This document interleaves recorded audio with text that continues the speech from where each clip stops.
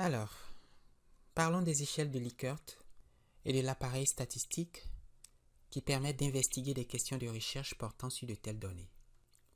Une échelle de type Likert est une échelle dans laquelle plusieurs énoncés sont présentés et où le répondant doit indiquer à quel point il est en accord ou en désaccord avec chacun des énoncés.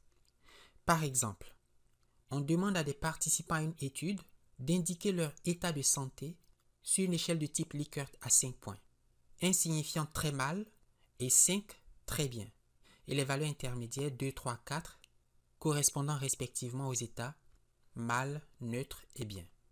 L'individu qui marque un score égal à 4 indique qu'il a une bonne santé physique. Celui ou celle qui marque un score égal à 5 veut signifier son excellent état de santé. La mesure statistique appropriée pour des variables de cette échelle est la mesure ordinale. Nous savons que les variables qualitatives ou variables dites de catégorie se distinguent selon qu'elles ont une mesure nominale ou une mesure ordinale. Alors, dans ordinal, il y a la notion d'ordre.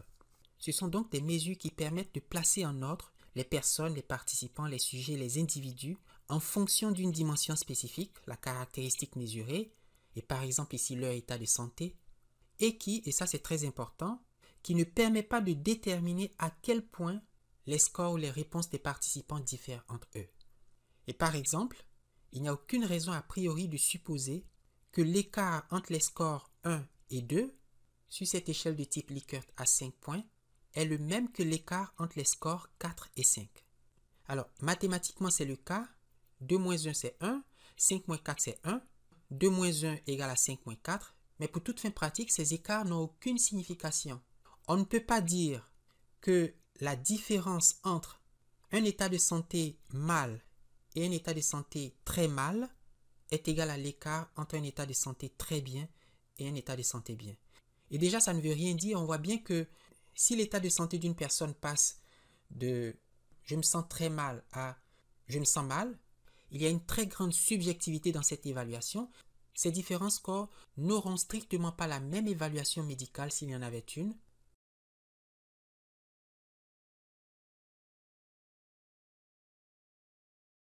Voici quelques exemples de variables et essayons-nous à déterminer la nature de chacune d'elles.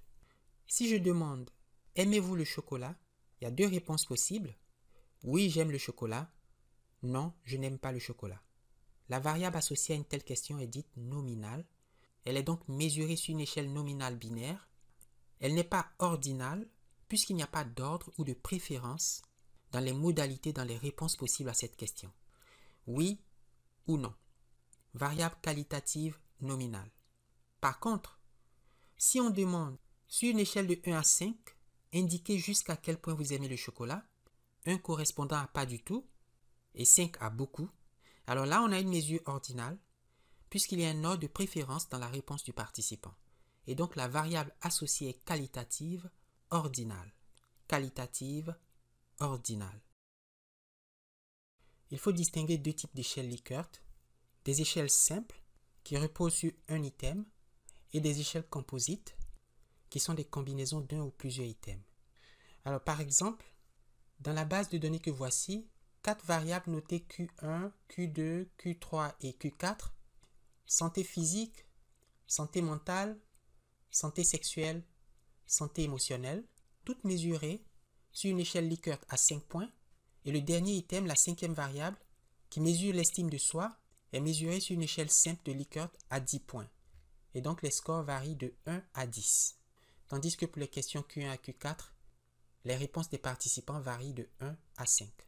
Ces 5 variables ordinales sont mesurées sur des échelles Likert simples. Or, je pense qu'on peut imaginer sans effort le besoin de construire des échelles composites, par exemple en combinant les questions Q1 à Q4. En effet, ces 4 items sont des dimensions respectives d'un même construit, la santé du sujet.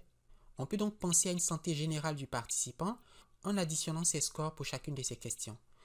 N'est-ce pas, si je prends le participant numéro 4, qui a obtenu le score 2 pour la santé sexuelle, 4 pour la santé mentale, 4 pour la santé physique et 3 pour la santé émotionnelle, on pourrait lui donner un score total égal à la somme de ses scores ou même à la moyenne.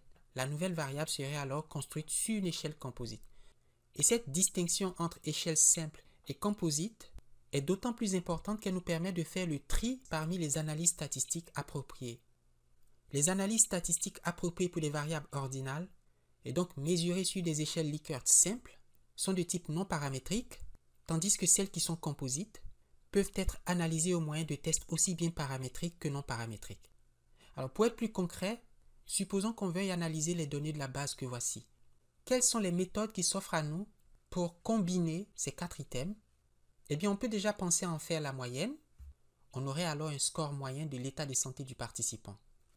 Alors, on peut construire ce score composite en allant dans Transform, calculer une variable qu'on va appeler par exemple Q santé. Je pourrais faire la somme des scores ou la moyenne. Prenons la moyenne.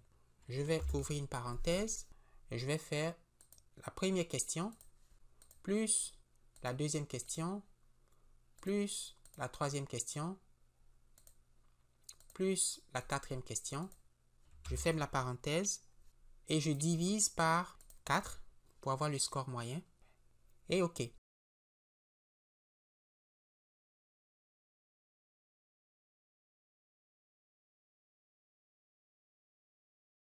On pouvait aussi construire un score synthétique en procédant par une analyse en composantes principales des questions Q1, Q2, Q3 et Q4.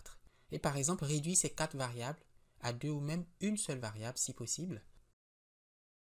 Dans Analyse, réduction de la dimension, analyse factorielle, donc Q1, Q2, Q3, Q4, et demander à SPSS d'afficher les scores de tous les participants pour les variables synthétiques extraites. Continue et OK.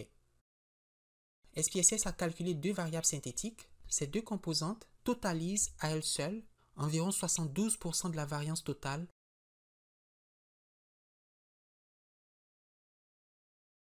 De plus, l'échelle n'est plus ordinale, mais est continue. On peut donc y mener des analyses aussi bien paramétriques que non paramétriques. Si je vais dans la vue des variables, on pourrait appeler la première variable Q santé facteur 1 et puis Q santé facteur 2. On peut effectuer des tests T de student, des tests ANOVA, des tests MANOVA, des régressions linéaires, des tests de corrélation, etc. Alors, la plupart de ces tests reposent essentiellement sur l'hypothèse de normalité et puis souvent aussi l'égalité des variances. Il faut donc s'assurer que ces conditions sont vérifiées, et bien sinon on aura recours à des tests non paramétriques. Si on désire analyser les données brutes sur des échelles simples, vu qu'on est en présence de variables ordinales, eh bien il faut regarder du côté des tests non paramétriques. Supposons qu'on veuille comparer la santé sexuelle des participants par rapport à la catégorie sexuelle. Donc, on veut savoir si en moyenne, les hommes et les femmes diffèrent par rapport à la manière d'évaluer la santé sexuelle. Plutôt que de comparer les niveaux moyens, eh bien on va faire un test de comparaison des médianes des 2 groupes. La moyenne et la médiane sont des paramètres de tendance centrale, mais il est plus approprié, il est plus juste d'utiliser la médiane lorsque les variables sont ordinales.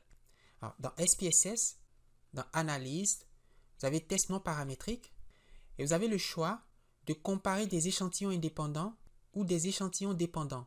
On dit aussi échantillon à parier, mais ici le groupe des femmes est indépendant du groupe des hommes. 2 échantillons indépendants, ce qui est notre cas. On veut comparer la santé sexuelle des hommes à celui des femmes. Donc la variable de groupe, c'est le genre sexuel. On va définir les groupes. J'appelle 1 le premier groupe et puis 2 le second. Et voici les tests non paramétriques qui s'offrent. Le test classique de comparaison de 2 médianes, dans le cas non paramétrique, le test U de Mann-Whitney. Si je fais OK, alors la valeur P, le degré de significativité de ce test est 0,094, qui est plus grand que 0,05. On ne peut donc pas rejeter l'hypothèse nulle que globalement, les hommes et les femmes ont la même santé sexuelle. Les scores observés chez les hommes ne diffèrent pas significativement de celui observé chez les femmes pour ce qui est de la santé sexuelle. Alors ici, la variable de groupe n'a que 2 niveaux ou 2 catégories et c'est pourquoi on a utilisé le test de Mann-Whitney. On aurait pu faire le test de Rancigné de Wilcoxon. Et pour des variables de catégorie à plus de 2 niveaux, eh bien c'est le test de Kruskal-Wallis pour des échantillons indépendants et le test de Friedman pour des échantillons dépendants. Kruskal-Wallis et puis ici le test de Friedman. Le test H, Kruskal-Wallis. Et puis pour des échantillons dépendants, le test de Friedman. N'est-ce pas? Alors, on pourrait par exemple se demander s'il y a une corrélation entre la santé mentale d'un sujet et sa santé sexuelle. Il s'agirait alors d'un test de corrélation non paramétrique en allant dans Analyse, Correlate, Bivarié. Par défaut, c'est le test de corrélation paramétrique de Pearson. Alors, vous avez ici le test non paramétrique de Spearman. On peut aussi faire le test de Kendall-Tau. Alors, regardons la santé mentale et la santé sexuelle. OK. Alors, le coefficient de corrélation de Spearman est de moins 0,004. Vous voyez qu'il est très très faible. On voit qu'il n'est pas significatif au seuil de 5%. On peut penser qu'il n'y a pas d'association entre la santé mentale des individus et leur santé sexuelle. C'est du moins ce que révèle cet échantillon. Alors, un autre type d'analyse non paramétrique, très couramment utilisé pour analyser des variables d'échelle Likert, des variables ordinales, eh bien, c'est le fameux test du chi-carré ou du chi2, qui conçoit alors les scores de ces variables ordinales comme des catégories de variables qualitatives, n'est-ce pas? Et donc, par exemple, la variable Q1 a 5 niveaux. Ceux qui ont donné le score 1 ont une mauvaise santé sexuelle, et puis 5, eh bien, c'est des gens qui ont une excellente santé sexuelle. Or, cet indicateur, le chi-carré, est une mesure d'association. Elle peut donc nous permettre de déterminer si l'une des questions ou l'un des items est associé à un autre. Est-ce qu'il y a une association entre la santé mentale et la santé émotionnelle? C'est des questions auxquelles on peut répondre avec un chi2. Alors, si vous allez dans Analyse, Statistiques descriptives, tableau croisé, cross-tab, tableau de contingence, je peux regarder la santé sexuelle. Dans Statistiques, vous avez le chi-carré. On peut mesurer la force de l'association avec le phi élevé de Kramer. Vous avez des mesures de risque, le odd ratio comme on dit. Vous avez le test de McNemar pour des échantillons à parier. Dans Cellules, vous avez les fréquences observées et on peut aussi demander les fréquences attendues. Ce sont les fréquences attendues dans l'hypothèse qu'il n'y a pas d'association entre les variables étudiées, n'est-ce pas? Dans l'hypothèse H0 d'indépendance de ces variables, quelles sont les fréquences qu'on aurait dû observer? Et OK. L'inconvénient majeur que nous avons à traiter les modalités des variables ordinales comme des simples catégories, c'est bien sûr la perte d'informations sur le rang des réponses des répondants. Quand je dis qu'un participant est dans le groupe 4 de l'item Q1 et que je procède alors à une analyse de chi2, je ne prends plus en compte le fait que ces réponses indiquent une certaine préférence du répondant. Ceux qui ont donné le score 1 auraient bien sûr préféré être au niveau 4 ou 5, or cette information est perdue dans le chi2. Si la variable ordinale est dépendante, eh bien on pourrait penser à effectuer une régression logistique, multinomiale ou ordinale. Une telle analyse permet de prédire la probabilité que la réponse d'un candidat tombe dans une catégorie donnée de cette variable ordinale. Par exemple, si je prends la santé sexuelle, pour prédire la probabilité qu'un sujet donne un score inférieur ou égal à 2, ou à 3 ou à 4 en fonction de son âge et de sa catégorie sexuelle, eh bien une régression logistique multinomiale ou ordinale ferait l'affaire. Dans SPSS, on le fait en allant dans Analyse, Régression. Il faut faire une régression soit multinomiale, soit ordinale. Le plus naturel étant de faire une régression ordinale puisque la variable Q1 est elle-même ordinale, n'est-ce pas? Alors, je mets la variable dépendante. Alors, on a un facteur ou une variable qualitative qui est le sexe. Et puis, on a une variable quantitative qui est l'âge du sujet. Dans Output, je vais demander d'estimer la probabilité de la réponse, c'est-à-dire la probabilité qu'un individu pris au hasard donne tel ou tel score ou telle réponse pour la question Q1.